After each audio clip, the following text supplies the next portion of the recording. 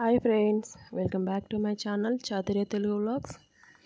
ఈరోజు వీడియోలో చూడండి, ఇక్కడ నేనైతే మనకి 5 రూపీస్ అయితే సంతూర్ సోప్ అయితే వస్తుంటుంది కదండి. ఈ విధంగా ఒక సంతూర్ సోప్ని అనేది తీసుకున్న తర్వాత దీన్ని మనము ఏ విధంగా వాడుతున్నాము, దేనికోసం వాడుతున్నాము అనేది ఇక్కడ చూద్దాం ఫ్రెండ్స్. నేను సంతూర్ సోపుతో పాటు మన ఇంట్లో అయితే మనం కిచెన్లో ఎప్పుడు కూడా మనకి ఇలాంటి లవంగాలు అయితే మనం వాడుతూ ఉంటాం కదండి. ఇలా వాడే లవంగాలను ఒక 4 లవంగాలను తీసేసుకొని నేను ఈ విధంగా సోప్కి అనేది కుచ్చేసుకుంటున్నాను.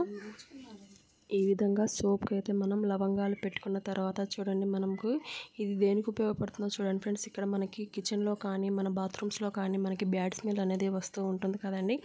అలాగే అదేవిధంగా మన సెల్ఫ్లో బీరువాలో బట్టలు పెట్టుకుంటాం కదండి, అక్కడ కూడా మనకి కొంచెం వాసన అనేది వస్తూ ఉంటుంది కదండి. అలాగ రాకుండా ఉండడానికైతే ఈ టిప్ చాలా యూస్ఫుల్గా పనిచేస్తుంది చూడండి.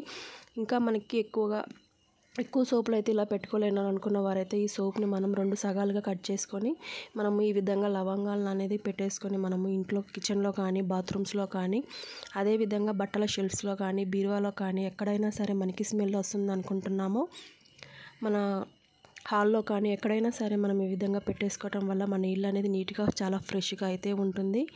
ఈ టిప్ నచ్చితే మీరు కూడా ఒకసారి ట్రై చేసి ఏ విధంగా ఉందనేసి కామెంట్ బాక్స్లో అయితే కామెంట్ చేయండి. మరొక టిప్లోకి అయితే వెళ్దాం ఫ్రెండ్స్. ఇక్కడ నేను ఒక బౌల్లో వాటర్ అయితే తీసుకుంటున్నాను చూడండి. ఈ విధంగా ఒక గ్లాస్ వాటర్ అనేది తీసుకున్న తర్వాత దీంట్లో నేను మనం ఇంట్లో డైలీ వాడుకునే పౌడర్ ఉంటుంది కదండి, ఏ పౌడర్ అయినా సరే పర్వాలేదు. ఈ విధంగా పౌడర్ అనేది కొంచెం యాడ్ చేసుకున్న తర్వాత దీని మొత్తాన్ని కూడా మనం బాగా అయితే మిక్స్ చేసుకోవాలి వాటర్లో కలిసేటట్టుగా.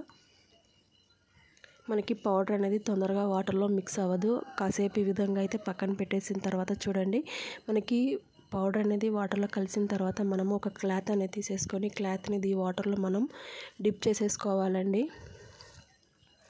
చూడండి, ఈ విధంగా క్లాత్ తీసేసుకొని మనము ఈ క్లాత్ని అయితే ఈ వాటర్లో మొత్తం తడిపేసుకోవాలి. సగం వరకు అయితే తడిపేసుకొని ఈ విధంగా పిండేసిన తర్వాత మన కిచెన్లో అయితే మనము వంట చేసిన తర్వాత ప్రతిసారి క్లీన్ చేస్తూనే ఉంటాం. అయినా సరే మనకి గ్యాస్ అనేది జిడ్డుగా వాసన అనేది వస్తూ ఉంటుంది కదండి. అలా రాకుండా ఉండడానికైతే ఈ టిప్ అయితే చాలా యూస్ఫుల్గా పనిచేస్తుంది చూడండి. మనము గ్యాస్ మొత్తాన్ని కూడా ఈ విధంగా క్లీన్ చేసుకోవాలి. ఈ విధంగా క్లీన్ చేసుకున్నా చూడండి, మన గ్యాస్ అనేది ఎంత షైనీగా కనబడుతుందో అదేవిధంగా మన కిచెన్లో అనేది బ్యాడ్ స్మెల్ రాకుండా ఉండడానికి కూడా ఈ టిప్ చాలా యూస్ఫుల్గా పనిచేస్తుంది చూడండి. ఇక్కడ గ్యాస్ ఒకటే కాదండి, మన కిచెన్లో ఉన్నటువంటి కౌంటర్ ట్యాప్స్, మనకి టైల్స్ అయినా సరే ఏదైనా సరే నీట్గా అయితే క్లీన్ చేసుకోవచ్చు. అదేవిధంగా మనము మన డ్రెస్సింగ్ టేబుల్ మిర్రర్స్ ఉంటాయి కదండి, ఆ మిర్రర్స్ అయినా సరే ఈజీగా అయితే నీట్గా క్లీన్ చేసుకోవచ్చు చూడండి. ఇక్కడ మరొక టిప్లోకి అయితే వెళ్దాము. మనమైతే ప్రతిసారి కోమ్స్ అయితే వాడుతూ ఉంటాము. కోమ్స్ వాడి మనము క్లీన్ చేయకుండా అదేవిధంగా పక్కనైతే పెట్టేస్తూ ఉంటాం కదండి. మనకి ఈ కోమ్లో మనకి దుమ్ము అనేది కనపడకపోయినా చూడండి, ఎంత క్లీన్ చేసినా కానీ మనకి ఎంత దుమ్ము అనేది వస్తుందో ఈ విధంగా కోమ్స్ మీద మన డైలీ వాడుకునే పౌడర్ అనేది కొంచెం చల్లేసుకోవాలి. ఈ విధంగా చల్లేసిన తర్వాత మన ఇంట్లో మనం వాడకుండా పక్కన పడేసిన టూత్ బ్రష్ అయితే ఉంటాయి కదండి, ఆ బ్రష్ అనేది తీసేసుకొని ఈ విధంగా మనము నీట్గా అయితే క్లీన్ చేసుకోవాలి చూడండి. మనకి ఈ కోమ్లో అయినా మట్టి లేకపోయినా సరే మనకి క్లీన్ చేస్తుంటే చూడండి ఎంతో కొంత మట్టి అనేది మనకి వస్తూనే ఉంది చూడండి. మనకి ప్లేట్ మీద మనకి బ్లాక్గా కనబడుతుంది చూడండి, కొంచెం పార్టికల్స్గా కొంచెం అయితే కనబడుతూ ఉంది.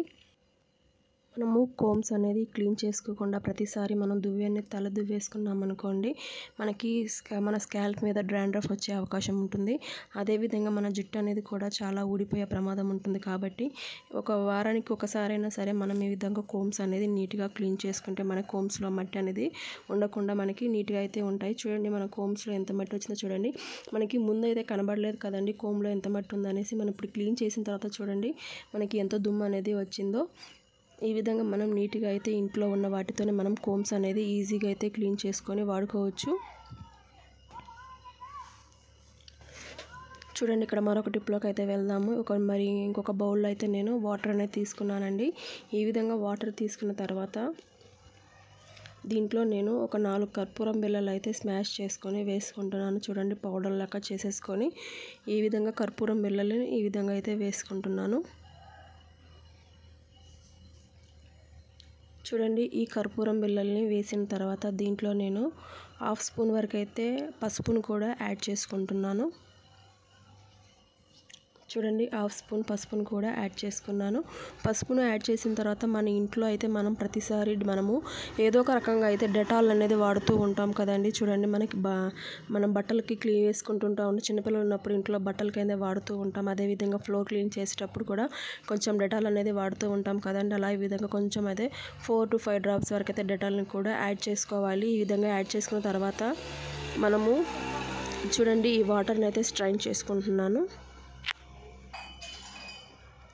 చూడండి ఈ విధంగా స్ట్రైన్ చేసిన తర్వాత మన ఇంట్లో స్ప్రే బాటిల్స్ ఉంటే స్ప్రే బాటిల్స్, లేకపోతే ఇలా ఒక థమ్స్అప్ బాటిల్ కానీ ఒక కూల్ డ్రింక్స్ బాటిల్ ఏదైనా సరే ఈ విధంగా తీసేసుకొని మనము ఈ క్యాప్కి అనేది ఈ విధంగా హోల్ పెట్టేసుకొని మనం ఈ విధంగా తీసుకోవాలి. చూడండి ఈ వాటర్ని మనం దీంట్లో వేసిన తర్వాత ఈ వాటర్ని మనం ఎక్కడెక్కడైతే వేసుకోవాలో చూడండి.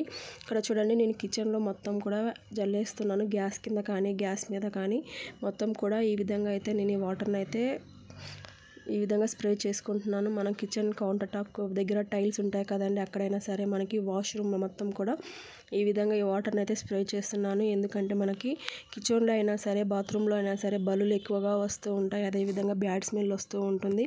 సన్న పురుగు దోమలు అనేది కూడా ఎక్కువగా వస్తూ ఉంటాయి కదండి. అవి రాకుండా ఉండడానికి ఈ టిప్ అయితే చాలా యూస్ఫుల్గా పనిచేస్తుంది. ఈ వీడియో కనుక నచ్చితే ఒక లైక్ ఇచ్చి సబ్స్క్రైబ్ చేసుకోండి ఫ్రెండ్స్. మరిన్ని ఇటువంటి బ్యూటిఫుల్ కిచెన్ టిప్స్తో మళ్ళీ అయితే మీ ముందుకు వస్తాను. అంతవరకు bye friends. Thanks for watching.